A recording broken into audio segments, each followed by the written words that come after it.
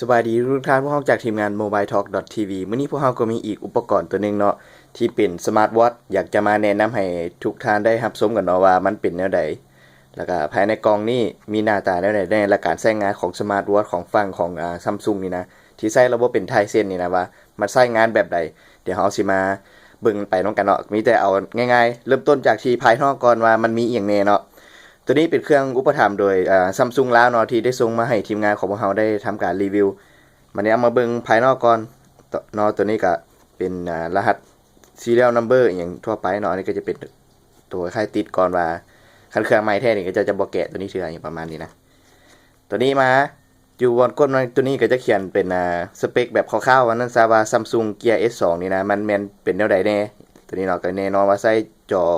Super AMOLED หน้าจอของมันมีแต่ขนาด 1.2 นิ้วเนาะมีบลูทูธบอ Wi-Fi บอ NFC บออย่างประมาณนี้แล้วก็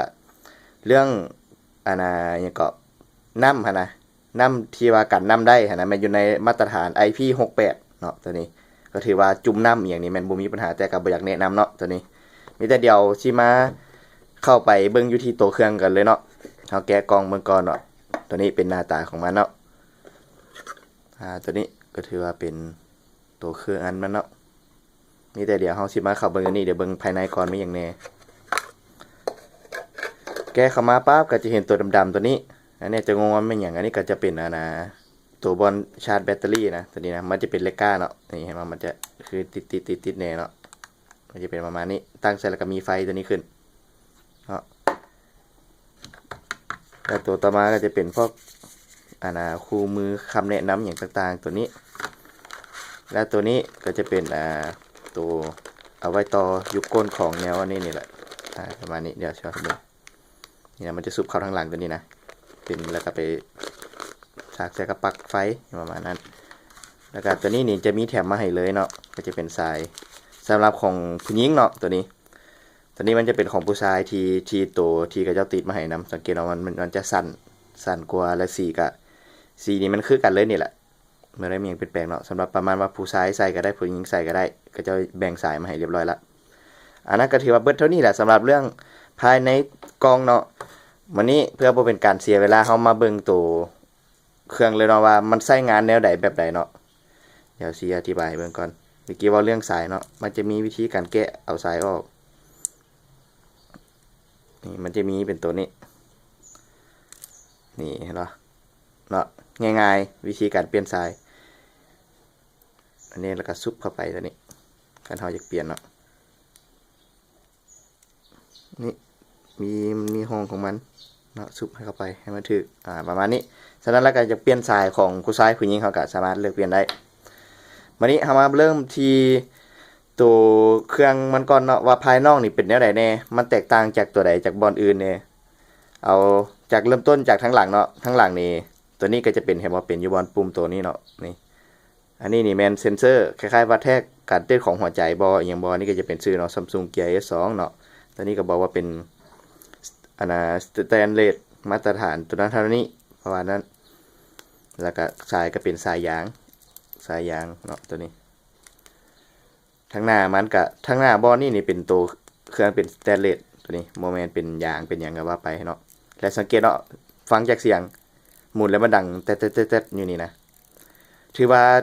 เป็นการเปลี่ยนแปลงเลยเนาะว่าของพวกสมาร์ทวอทช์นะที่ปกติแล้วมันบ่มีดอกอันหมุนจังซี่นะส่วนใหญ่ก็จะใช้เป็นทัชสกรีนไปเลยเนาะแต่ว่าตัวนี้นี่มีอันแนวหมุนอันนี้ฉะนั้นแล้วมาเบิ่งภายในเบิ่งว่ามันใช้เกี่ยวจังไดกับระบบของมันเนาะเดี๋ยวมีแต่เปิดเครื่องก่อนเนาะตัวนี้นี่โคมตัวนี้ข้างเนี้ยมันจะเป็นตัวการเปิดเครื่องอันนี้ปุ่มปิดเปิดเครื่องเนาะอันนี้มีไมค์อยู่นี่เราสามารถเว้าอยู่ในนี้ได้เนาะแล้วก็ตัวนี้มีตัวปุ่มคล้ายๆคือปุ่มโฮมหรือว่าแบ็คอย่างประมาณนั้นเดี๋ยวเขามาเบิ่งไปนำกันเวลามันใช้งานแล้วมันสิเป็นหน้าตาแบบใดจังไดตัวนี้เนาะอันนี้ก็ถือว่านี่แหละเปิดก็ถือว่าค่อนข้างที่จะไวกว่าโทรศัพท์เนาะตัวนี้เป็นหน้าทับอิฐมันนั่นซะตัวพวกนี้นี่เดี๋ยวเขาสิมาลองใช้อันตัววงแหวนนี่มันก่อนเนาะว่ามันเป็นแนวใดปกติแล้วเนาะสมาร์ทวอทช์คันในกรณีเฮาใส่จินตนาการเฮาใส่เนาะเฮาใส่เฮาอยากมากดเบิ่งอย่างเฮาต้องได้เอามือมาลูบแบบนี้เห็นบ่แล้วเหือเฮามีติดอยู่มือเฮาอยู่แล้วมันก็เลยเห็นให้จอมันแบบ คือสิมัวๆหั่นนะต้องได้มาเอาเสื้อมาเซ็ตตลอดเนาะฉะนั้นแล้วก็เจ้าก็เลยคิดกลไกเรื่องของการใส่วงแหวนตัวนี้เข้ามาซอยสังเกตเอาว่าประมาณเฮาใส่ประมาณนี้คันเฮาอยากปัดมาทางนี้เฮาก็หมุนมาสินะฉะนั้นแล้วตัวพวกนี้นี่เป็นวงแหวนในการใส่เป็นตัวเลือกไปหน้าถอยหลังอย่างประมาณนี้นะตัวนี้นี่ถือว่าไอเดียนี่ถือว่าดีหลายเนาะก็รู้สึกว่ามันสะดวกดีสำหรับการใช้งานแล้วก็มันเป็นอย่างที่คักรู้สึกถึกใจหลายสำหรับตัวพวกตัววงแหวนตัวนี้คันเทียบใส่กันกับพวกสมาร์ทวอทของ Android Wear บ่อย่างประมาณนี้เนาะฉะนั้นกลับมาเบิ่งภาพรวมกันก่อนเนาะว่ามันเป็นแนวใด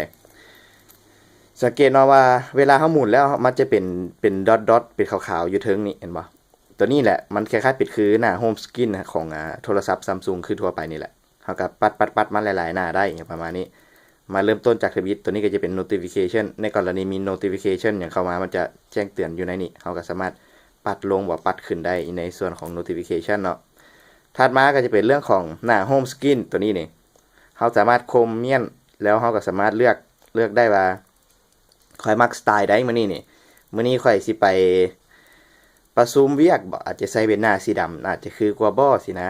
บางเวลาค่อยไปออกกำลังกายอาจจะเป็นหัวใจเพราะว่าตัวนี้มันสามารถเป็นเปิดฟังก์ชันว่าแทกหัวใจได้เลยอย่างประมาณนี้เห็นบ่เฮากดหน้ามันแล้วก็มันจะเป็นมอนิเตอร์ให้ว่าการเต้นของหัวใจเฮานี่เป็นจังไดแบบใดเพราะนั้นซะตัวนี้ก็จะเป็นตัวอย่างเนาะก็ถือว่าจบไปเนาะสำหรับของหน้า Home Screen เนาะถัดมาก็จะเป็นพวกแอปของที่อยู่ในสมาร์ทวอทตัวนี้นะว่ามันเฮ็ดหยังได้แน่ก็คือแม่นสมมุติคนลองเข้าแอปเห็นบ่มันจะมีหลายแอปให้เฮาได้ลองใช้เนาะสังเกตเบิ่งจากรุ่นถือว่าพัฒนาหลายเนาะจากเกียร์สมัยตัวเวอร์ชันทำอีกเดี๋ยวมีจนได้มีเครื่องอยู่เสียวมาให้เบิ่งเนาะว่าการเปลี่ยนแปลงจาก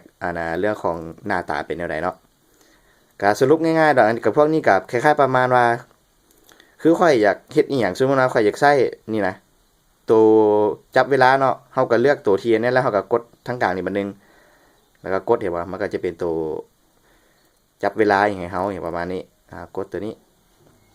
สินะแล้วแต่เฮาสิเฮ็ดสินะบัดเฮาอยากปิดขึ้นเฮาก็ดึงลงประมาณนั้นมันก็ถือว่าปิดสินะบ่แม่นดึงขึ้นเนาะทำไมเนาะดึงลงมันจะถือว่าเป็นการแบ็กเนาะสมมุติเฮาดึงขึ้นเด้มันจะเป็นคล้ายๆประมาณดีเทลของแอปคันดึงลงมันแบ็กเอาง่ายๆดึงลงนี่แม่นแบ็กปัดขึ้นถึงนี่แม่น more detail อย่างประมาณนี้นะ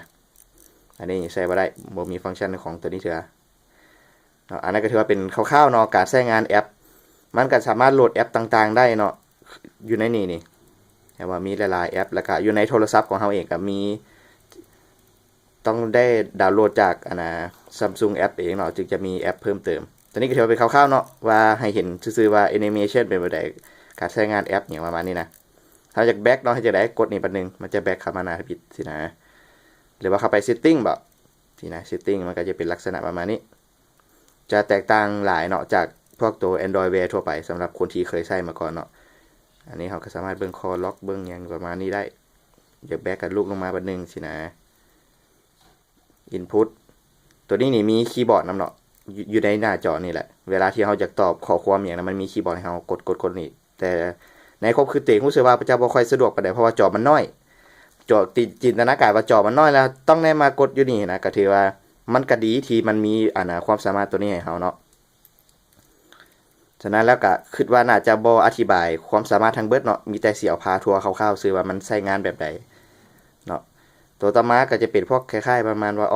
อกกำลังกายบ่อีหยังประมาณนี้อันนี้เป็นคล้ายจินตนาการว่าคันใช้อยู่ในโทรศัพท์ของ Android ก็แม่นเป็นพวกวิดเจ็ตนะ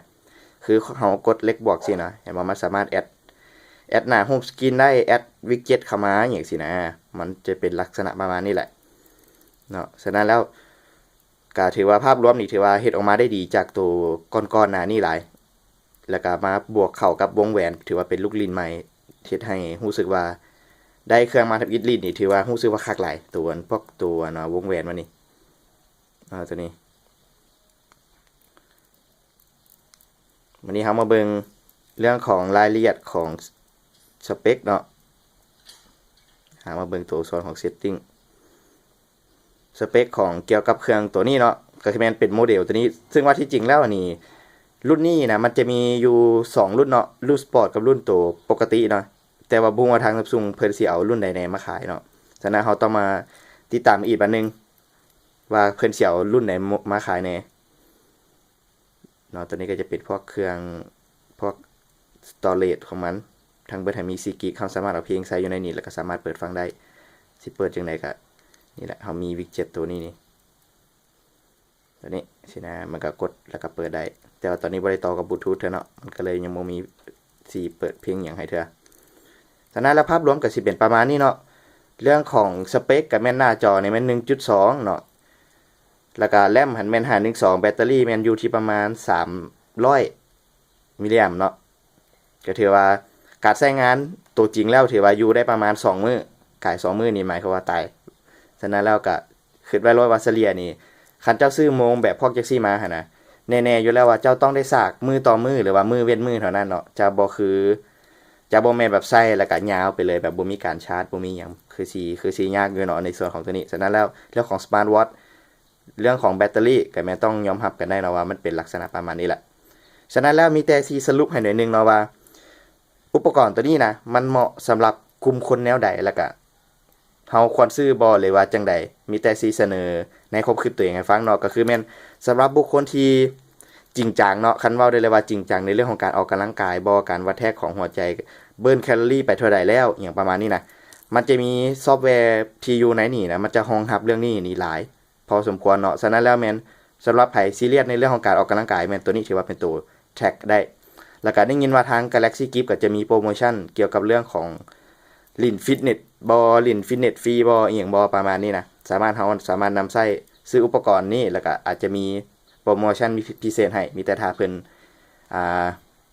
ออกมาประกาศอีกบัดนึงเนาะสำหรับเรื่องของโปรโมชั่นสำหรับซื้ออุปกรณ์พร้อมกับตัวนี้เนาะแล้วก็สำหรับคนที่คิดว่าบ่มักใส่หมวกอยู่แล้วเนาะอันนี้แม่นว่าสำหรับบ่มักใส่หมวกก็ถือว่าตัวนี้มันก็บ่ได้เป็นหน้าตาอย่างที่แปลกประหลาดหลายเนาะแบบบ่แม่นว่าสมาร์ทวอทและหน้าตาแบบมันคือแบบบ่คือหมวกทั่วไปว่าเห็นว่าเบิ่งภาพรวมนี่ก็คือหมวกทั่วไปนี่แหละนี่นะคันเฮาอยากซื้อมาลองใส่เบิ่งสำหรับคนที่บ่มักใส่หมวกเนาะคันอยากลองใส่เป็นอย่างที่แบบนี้นี่ก็น่าจะควรซื้อมาลองจากเครื่องนึงก็ดีเนาะตัวนี้ว่ามันเป็นหลายกว่าโมงนะถือว่าเป็นการเปิดอีกมิตินึงว่านั้นซะสำหรับแบบเจ้าใส่โมงก็มีแต่เบิ่งโมงเบิ่งวันที่เบิ่งเวลาอย่างซื่อแต่ว่าลองเปิดใจเบิ่งเนาะลองมาใส่โมงเบิ่งว่ามันเฮ็ดได้หลายกว่าโมงปกติแล้วในยุคปัจจุบันนี้อาจจะมีความคิดที่มากหลายขึ้นหรือว่ารู้สึกว่าโอ้อยากมาลองใส่โมงเบิ่งเนี่ยประมาณนั้นเนาะฉะนั้นแล้วก็ถือว่าคร่าวๆก็สิประมาณนี้แหละสำหรับการรีวิวเนาะหรือว่าถ้าใครมีคำถามหยังก็สามารถคอมเมนต์หยังได้สินำไปตอบให้เนาะฉะนั้นก็ถือว่าแม่นจบเพียงเท่านี้เนาะสำหรับการรีวิว Samsung Gear S2 ขอบใจ